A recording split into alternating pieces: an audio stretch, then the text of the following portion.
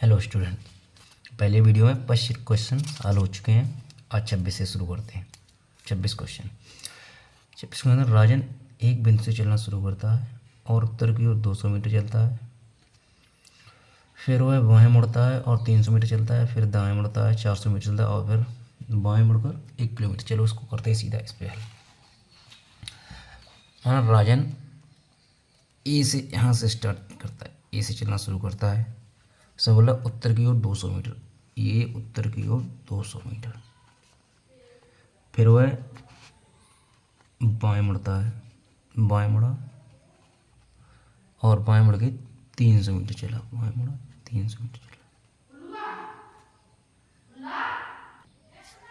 फिर दाएं मुड़ता है और 400 मीटर चलता है। फिर दाएं मुड़ के 400 मीटर चलता है और फिर बाएं मुड़ता है, 1 किलोमीटर चलता है।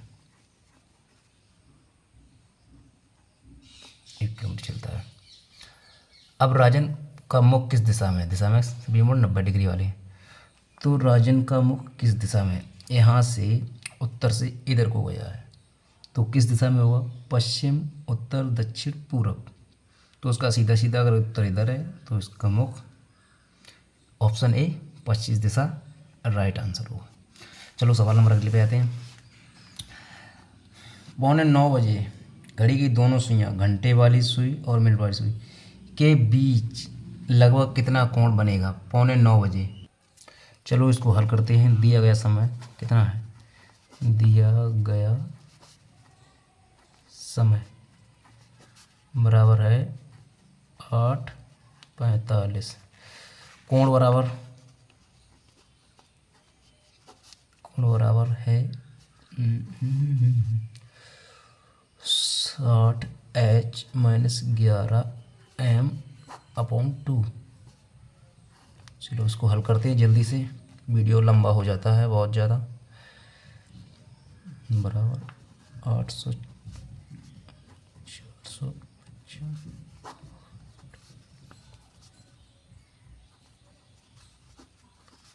बराबर 7.5, यानी मतलब ऑप्शन में देख रहे हैं तो लगभग 7। Option number D right answer होगा। लगभग 7 आ रहा है, 7.5 आ रहा है, लगभग 8 साढ़े, तो option number D right answer होगा। अगले पे आते हैं। AIDS का पूर्ण रूप क्या है? AIDS का पूर्ण रूप क्या है? Artificial immune deficiency syndrome. Option number B added immune deficiency syndrome. Number C aggravative neural deficient syndrome. Number 4, तो इसका option number 4 acquired immune deficiency syndrome. Option number 4 इसका राइट आंसर होगा। अगले पे आते हैं। सवाल नंबर 29। यदि समीकरण ax² plus x plus b बराबर 0 के मूल बराबर, तो निम्न में कौन सा सत्य है? b² छोटा है 4a, b² बड़ा है 4a, ab बराबर 1/4 या b² बराबर 4a। तो इसमें चलो हल करते हैं इसको भी, थोड़ा टाइम लगेगा इसमें भी।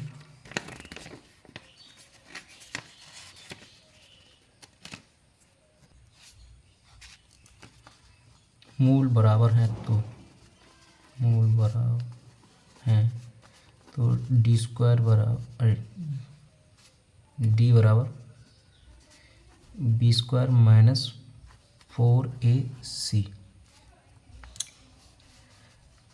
b² माइनस 4ac बराबर 0, जहाँ b बराबर 1 और यहाँ पे a बराबर a मान लिया गया है, कॉमा c बराबर b। तब 1 का स्क्वायर बराबर -4ab बराबर 0, तो ab बराबर 1/4, मतलब ऑप्शन नंबर इसका ab बराबर 1/4। Option number C right answer होगा। अगले पे आते हैं। विद्यार्थियों की एक कक्षा में पावलों को शीर्ष से 18वां और नीचे से 45वां स्थान है। कक्षा विद्यार्थियों की कुल कितनी संख्या है? चलो इसको हल करते हैं। इसमें क्या है, सीट से 18 और इधर से 45 बराबर, तब 18 और 45 और इसको 18 45, 18 प्लस 45 माइनस 1 कर दो, आंसर आ जाएगा इसका option 62। Option number 62, option number D right answer होगा। चलो सवाल नंबर अगले पे आते हैं। सवाल क्या कहता है, 1 वर्ष पूर्व साकेत और तिलक की आयु का अनुपात क्रम से 5:6 था। 4 वर्ष बाद यह अनुपात 6:7 हो जाएगा। वर्तमान साकेत की वर्तमान आयु ज्ञात कीजिए। जिसको हल करते हैं, माना दोनों की वर्तमान आयु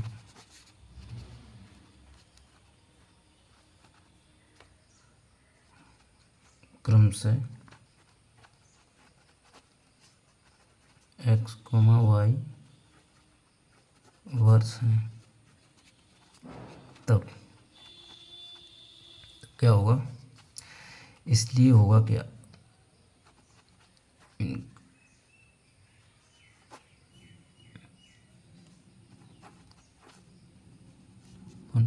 पाँच अनुपात 6 दिया गया। 1 वर्ष पूर्व, मतलब 1 वर्ष पूर्व तिलक और साकेत की आयु का अनुपात 1 वर्ष पूर्व का x माइनस वाई माइनस 1 बराबर अनुपात 5:6 था। तब इसका मल्टीप्लाई करो तो 6x माइनस 6 बराबर 5/-5, 6x माइनस 5 बराबर 1। Equation number first. अब आते हैं 4 वर्ष बाद। 4 वर्ष बाद अनुपात, आयु का अनुपात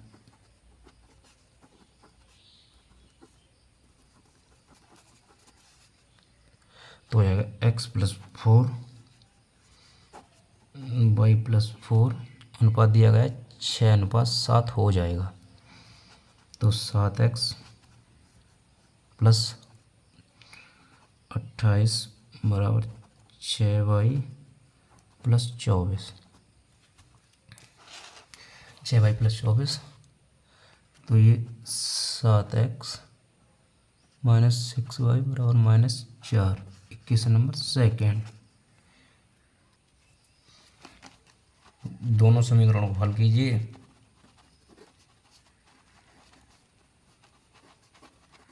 को हल करने पर x बराबर 26 वर्ष, मतलब साकेत की आयु, साकेत की वर्तमान आयु बराबर 26 वर्ष। दोनों को हल करने पर वीडियो बड़ा हो जाएगा, इसलिए सॉल्व करके बता दिया। मतलब ऑप्शन नंबर 32 का डी राइट आंसर होगा। चलो अगले पे आते हैं।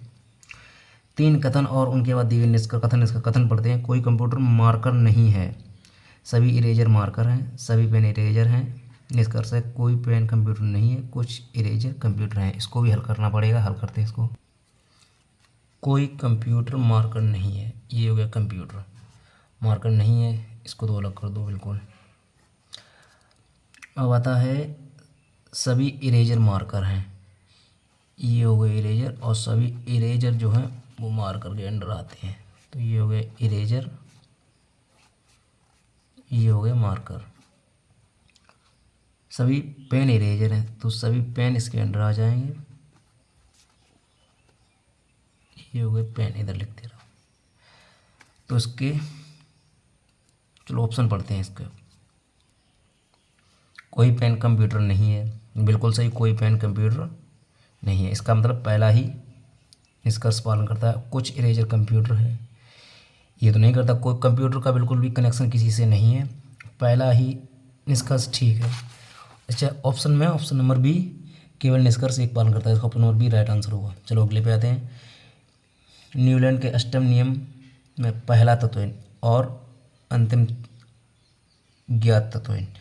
न्यूलैंड के अष्टक नियम में पहला तत्व और अंतिम तत्व है न्यूलैंड के। Hydrogen thorium, hydrogen zirconium, hydrogen zirconium, helium zirconium, hydrogen lanthanum. इसका option number 1 hydrogen thorium right answer होगा। अगले पे आते हैं क्वेश्चन नंबर 35। इनमें से कौन सा द्विघात समीकरण है? इनमें से द्विघात समीकरण बहुत पढ़ा होगा आपने हाई स्कूल में, शायद 8 से स्टार्ट हो जाता है ये चैप्टर द्विघात समीकरण वाला। जिस समीकरण अधिकतम घात 2 होनी चाहिए, अधिकतम से अधिकतम घात 2 हो, वही द्विघात समीकरण होगा। ये नहीं है, ऑप्शन नंबर बी नहीं है, ऑप्शन नंबर सी 3 नहीं है, option number D, option number D right answer होगा इसका। क्वेश्चन नंबर 35 का option number D right answer होगा। ऑप्शन नंबर डी इसका राइट आंसर होगा, यानी मतलब दूसरा। इसका द्विघात समीकरण, इस पे अधिकतम घात 2 है और इस पे अधिकतम घात आधी है, ये भी नहीं, इस पे घात कोई है नहीं और इस पे अधिकतम घात 3 है, इसलिए ऑप्शन नंबर इसका डी राइट आंसर होगा, यानी मतलब बी वाला ये राइट आंसर होगा द्विघात समीकरण। अगले सवाल अपने निम्न में कौन सा जीव समूह पर्यावरण को स्वच्छ रखने में सहायक है? शैवाल और लाइकेन, प्रोटोजोआ और लाइके, शैवाल और प्रोटोजोआ, जीवाणु और कवक। इसका option number D right answer होगा, जीवाणु और कवक पर्यावरण को स्वच्छ रखने में सहायक होता है। अगले पे आते हैं क्वेश्चन नंबर 37। गोली दर्पण के मुख्य अक्ष के बारे में निम्न में से कौन सा कथन सत्य है? गोली दर्पण के मुख्य अक्ष के बारे में इनमें से कौन सा कथन सत्य है? ए दर्पण अभिलंब होता है, आपतन बिंदु हमेशा मुख्य अक्ष पर स्थित होता है, मुख्य फोकस हमेशा मुख्य अक्ष पर स्थित होता है। ये दिए गए, इसके ऑप्शन नंबर ये दिए गए ऑप्शन केवल एक सत्य है, या एक या दोनों सत्य हैं, या केवल 2 सत्य हैं, या फिर 1 और 3 2 सत्य। ये आपने हाई स्कूल में पढ़ा होगा। इसमें यह दर्पण अभिलंब होता है, ठीक है बिल्कुल, यह दर्पण अभिलंब होता है। आपतन बिंदु हमेशा मुख्य अक्ष पर स्थित होता है, ये तो नहीं हो सकता। मुख्य फोकस हमेशा मुख्य अक्ष पर स्थित होता है, थर्ड भी ठीक है, पहला और थर्ड, यानी मतलब ऑप्शन नंबर डी इसका राइट आंसर होगा। पहला और थर्ड दोनों ही सत्य हैं। अगला सवाल नंबर 38। यदि किसी घन के फलक का परिमाप 24 सेंटीमीटर तो उसका आयतन, मतलब 4a बराबर 24, तो a बराबर आ जाएगा निकल के 6 सेंटीमीटर। तो घन का आयतन ए क्यूब मतलब 6 का क्यूब बराबर 216 सेंटीमीटर क्यूब। ये option number D right answer होगा इसका, option number D right answer होगा। अगले पे आते हैं। रमल एक बिंदु से चलना शुरू करता है और उत्तर की 200 मीटर चलता है, फिर वह बाएं मुड़ता है, 300 मीटर चलता है, फिर वह दाएं मुड़ता है, 400 मीटर चलता है, फिर वह पुनः दाएं मुड़ता है और 300 मीटर चलता है। रमन प्रारंभ बिंदु से कितनी दूरी पर है? टोटल दूरी निकालनी है, बहुत सारा सवाल है, हल करते हैं इसको। यहाँ से चला प्रारंभ करता है, 200 मीटर चलता है, 200 मीटर चलने के बाद फिर वह बाएं मुड़ के 300 मीटर चलता है और फिर वह दाएं मुड़ता है, मतलब इधर दाएं मुड़ता है और 400 मीटर चलता है और 400 मीटर फिर वह पुनः दाएं मुड़ता है, फिर वह दाएं मुड़ता है और 300 मीटर चलता है, मतलब कि ये दूरी बराबर होगी, 300 मीटर चलता है। रमन प्रारंभ बिंदु से कितनी दूरी पर है? मतलब कि यहाँ से यहाँ कितनी दूरी पर है? 200 ये होगी, 400 ये होगी, 400 200, टोटल ये दूरी होगी 600। Option number B right answer 600 metre. अगले पे आते हैं। 36 सेंटीमीटर को किलोमीटर में बदलें। बहुत सारा सवाल है, 36 सेंटीमीटर को किलोमीटर में बदलें। 36 सेंटीमीटर को किलोमीटर में बदलें, मतलब कि सेंटीमीटर से किलोमीटर बदलने के लिए 1 लाख बराबर कितना जीरो, 1 2 3 4 5, तो दशमलव लगेगा 5 अंक बाद 36 1 2 3 4 और ये हो गए 5 किलोमीटर। तो इसमें कहाँ पे है ऑप्शन नंबर 3 जीरो का option number D right answer होगा इसका। अगले पे आते हैं। 2021 में विश्व कुश्ती चैंपियनशिप में रजत पदक जीतने वाली भारतीय महिला होने का गौरव किसने प्राप्त किया था? अंशु मलिक, बबीता फोगाट, मोना सरिता मोर। इसमें अंशु मलिक राइट आंसर होगा, ऑप्शन नंबर ए अंशु मलिक राइट आंसर होगा। सवाल अगले पे आते हैं। उस संख्या का चयन कीजिए जो निम्नलिखित श्रेणी में प्रश्नवाचक के स्थान पर आएगी। 55 से 104, 104 से 140, 140 से 165। इसमें क्या कॉमन आ रहा है, क्या बढ़ रहा है इसमें? मतलब कि दोगुना हो रहा है। 55 दूनी 110 में 6 कम, फिर इसका तो दोगुना हो नहीं रहा है, ऐसे तो हो नहीं पाएगा। ये कुछ और लॉजिक है, किसी का स्क्वायर किसी का क्यूब, 7 का स्क्वायर 7 सत्ते 49 में 6 बड़ा, बात तो वही है, ऐसे नहीं होगा। तो इसमें से सीधा इसको देखते हैं, तो चलो इसको हल करते हैं। इधर दिया गया है 55, 55 से 104 हुआ है, 104 हुआ है 55 से, तो इसमें कितना जोड़ा गया, इसमें 55 में प्लस का 7 का वर्ग जोड़ा गया है, तब जाकर 104, और 104 में प्लस का 6 का वर्ग जोड़ा गया है, तब हुआ है 140, और 140 में 5 का वर्ग जोड़ा गया है, तब हुआ है 165। तो हम क्या करते हैं, 165 में 4 का वर्ग जोड़ देते हैं, मतलब कि 165 प्लस 16 कितना हो जाए 181। इसका मतलब ऑप्शन नंबर सी इसका राइट आंसर होगा 181। अगले सवाल पे देशांतर और अक्षांश के बारे में इनमें कौन सा कथन गलत है? गलत है। देशांतर कभी भी एक दूसरे को प्रक्षेपित नहीं करते हैं।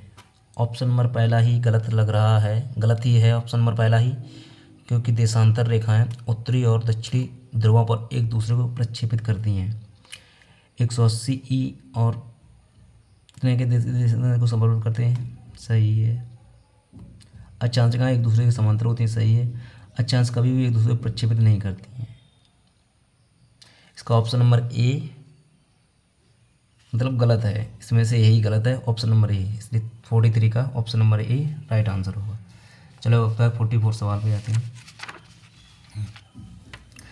इस प्रश्न में संख्याओं प्रतीकों के एक समूह के नीचे दी गई तालिका और उसके बाद दी शर्तों को नियम करते हैं, कूटो दिया गया शर्तों के कूटों में संयोजन का उत्तर है संख्या 7 5 % एंड 4 8 कूट है। शर्तें यदि एक विषम है संख्या है, यदि दूसरा घटक एक विषम संख्या है और अंतिम घटक एक सम संख्या है, तो इन दोनों दूसरा और अंतिम घटक के कूटों को आपस में बदल देना चाहिए। तीसरा, यदि तीसरा घटक एक सम संख्या है और पांचवा घटक प्रतीक है, तो इन दोनों तीसरे और पांचवें घटक के कूटों को आपस में बदला जाना चाहिए। थर्ड है, यदि पांचवा घटक एक प्रतीक है और छठा घटक भी प्रतीक है, तो इन दोनों घटकों पांचवें और छठे घटक को आर के रूप में कूटबद्ध किया जाना चाहिए। चलो इसको हल करते हैं। चलो इसको नियम और शर्तें मान के इसको जब हल करते हैं, तो इसका प्रश्न ये है, तो इसके हिसाब से इसका ऑप्शन ए ये रहा, बी सी और डी, इन चारों ऑप्शन में इसका सबसे right answer option number B right answer होगा। MADUTLUS इसका option number B right answer होगा। चलो अगले पे आते हैं, सवाल नंबर 45। सवाल नंबर 45, कशेरुओं की एकीकृत कोशिकाओं में SER द्वारा कौन सा महत्वपूर्ण कार्य किया जाता है? औषधियों और विषों का निरावसीकरण, राइट है। लिपिड का संश्लेषण, नहीं। प्रोटीन का संश्लेषण, नहीं। जटिल शर्कराओं का संश्लेषण, नहीं। इसका ऑप्शन नंबर ए राइट आंसर होगा, औषधियों और विषों का निरावसीकरण। क्वेश्चन नंबर 46 पे आते हैं, विद्युत मोटर का कौन सा भाग उसमें प्रवाहित धारा के प्रवाह की दिशा को उलट देता है? कुंडली, नहीं। मृद लौह कोर, नहीं। विभक्त वलय या ब्रस्त, ये तो ऑप्शन ब्रस्त हो ही नहीं सकता, न कुंडली न मृद लौह। इसमें विभक्त वलय, विद्युत मोटर का विभक्त वलय धारा की प्रवाह दिशा को उलट देता है। सवाल नंबर 47 पे आते हैं, बल्ब के फिलामेंट को काली जगह प्राप्त करने के लिए अत्यंत पतला और लंबा बनाया जाता है। क्या बनाया जाता है? पढ़ा है आप लोगों ने, खूब पढ़ा है। उच्च प्रतिरोध, उच्च धारा, उच्च प्रतिरोधकता, उच्च वोल्टेज। इसका ऑप्शन नंबर ए उच्च प्रतिरोध।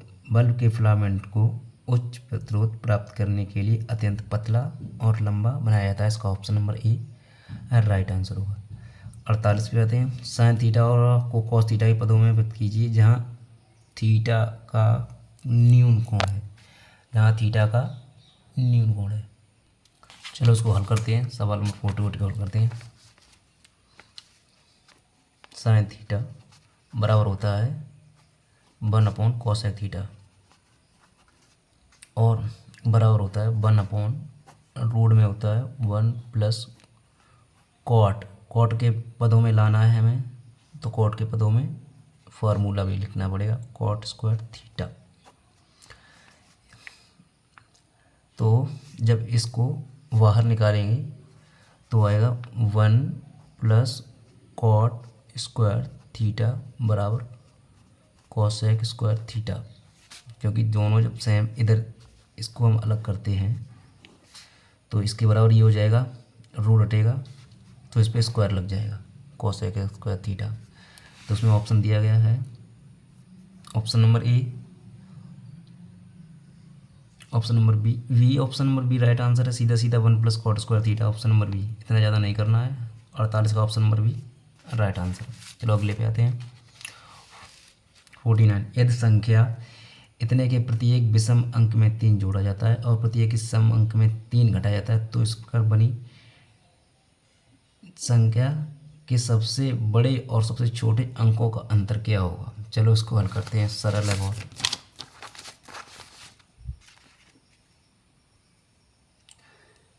इसमें बताया प्रत्येक के विषम अंक में 3 जोड़ा था, प्रत्येक के विषम अंक में 3 जोड़ दीजिएगा और सम में 1 घटाया जाता है, मतलब कि 3, 1, 8, इसमें 3 जोड़ा जाएगा, इसमें 3 जोड़ा जाएगा 4, इसमें घटाया जाएगा 3, इसमें 3 जोड़ा जाएगा 8 और इसमें 1 घटाया जाएगा 5, इसमें 3 जोड़ा जाएगा 6। नई संख्या प्राप्त, ये संख्या प्राप्त होगी नहीं, ये संख्या नहीं प्राप्त होगी। और बोला गया है बनी संख्या सबसे छोटे और बड़े अंकों का अंतर 8 और 1 का अंतर 7। इसका option number B right answer होगा। अगले पे आते हैं 50, यदि ABCD चित्र में दिया गया है, यदि ABCD चित्र के प्रदर्शित किए गए अनुसार एक समांतर चतुर्भुज है तो 2 विकर्ण AC और BD O पर प्रचित करती हैं तथा इतने OA बराबर x + 3, OB बराबर y + 2, OC बराबर 2x + y, OD बराबर 3y, तो x का मान ज्ञात कीजिए। चलो उसको सॉल्व करते हैं। OD बराबर 3y, तो x का मान ज्ञात कीजिए। चलो इसको हल करते हैं। तो इसमें दिया गया है, चित्र में आप देख सकते हैं, चित्र के हिसाब से हम DU बराबर OB, DU बराबर OB और DU बराबर OB, इसको करना पड़ेगा, किधर से करें, दिखना भी चाहिए पूरा। और है AO बराबर OC, AO बराबर OC, तो 3y बराबर y + 2 ये हो गया और इसको हल करेंगे तो y बराबर 1 और इसके लिए दिया गया है x + 3 बराबर 2x + y, x + 3 बराबर 2x + y दिया गया है OC बराबर। तो इसको जब हल करेंगे तो x बराबर 3 - y, तो x बराबर 3 - y जगह रखेंगे 1 तो बराबर 2, तो x का मान 2, यानी वाला option number D right answer होगा। 50 का option number D right answer होगा। तो फिर ठीक है स्टूडेंट, नेक्स्ट 25 क्वेश्चंस अगले वीडियो में कल सुबह करेंगे हम लोग मिलके, और ऐसे करके पूरे क्वेश्चन सॉल्व करके दूसरा पेपर स्टार्ट करेंगे। ये पहले एक आया हुआ पेपर है, उसी पैटर्न के आधार पर RRB, ग्रुप डी और दिल्ली पुलिस से मिलते जुलते इसके क्वेश्चंस हैं जो हल कर रहे हैं। Thank you.